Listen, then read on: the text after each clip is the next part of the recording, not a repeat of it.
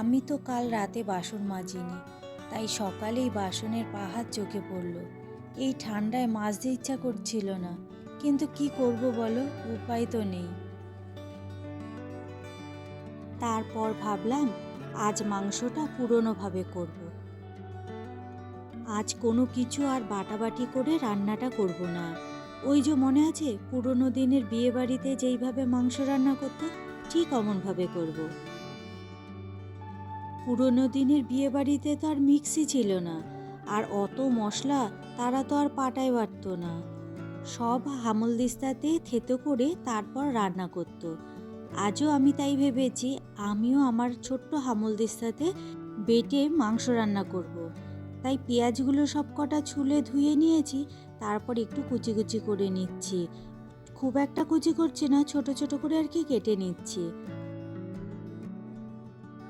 এখনকার দিনের রান্নার মতো পুরনো দিনের রান্নার কিন্তু এত রকমারি ছিল না, কিন্তু স্বাদও ছিল খুব বেশি, যা মুখে লেগে থাকতো। এত ঠান্ডা পড়েছে, এর জন্য মাংসটা খাওয়া হয়ও বেশি। আর প্রতিবারই নিত্য নতুন রান্না কোথায় এত পাবো বলো তো? তার জন্য ভাবলাম পুরনো দিনেরই একটা রান্না করি।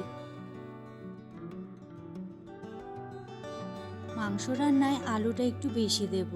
নতুন আলু তো, মাংসে খেতে বেশ ভালো লাগে। মাংস কেন, যে কোনো জিনিসেই খেতে বেশ ভালো লাগে। আলু খেতে অত একটা পছন্দ করি না, তবে নতুন আলু উঠলে পরে তখন একটু একটু খাওয়া হয়।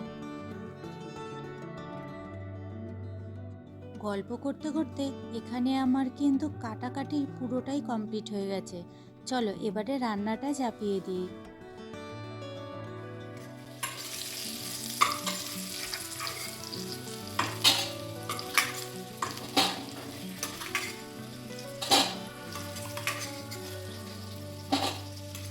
আলুগুলো আগে থেকে ভেজে তুলে রাখলাম। নতুন আলু তো সেদ্ধ হতে অনেকটা সময় লেগে যায়। গোটা গরম মশলা সম্বার দিয়ে পেঁয়াজটা দিয়ে দিলাম, পেঁয়াজটা ভাজবো বলে। এই মাংসটা ক্যাপসিকাম না দিলেই খেতে বেশি ভালো হয়, কিন্তু রায়ের পছন্দ ক্যাপসিকাম দিয়েই করতে হবে, তাই একটা ক্যাপসিকাম কেটে নিয়েছি। পেঁয়াজটা একটু নুন।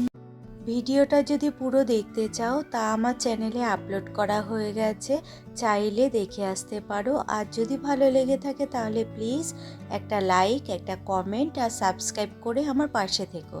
আজকের মিনি ব্লগে এটুকুই, দেখা হচ্ছে আবার অন্যদিন অন্য কোনো মিনি ব্লগের সাথে।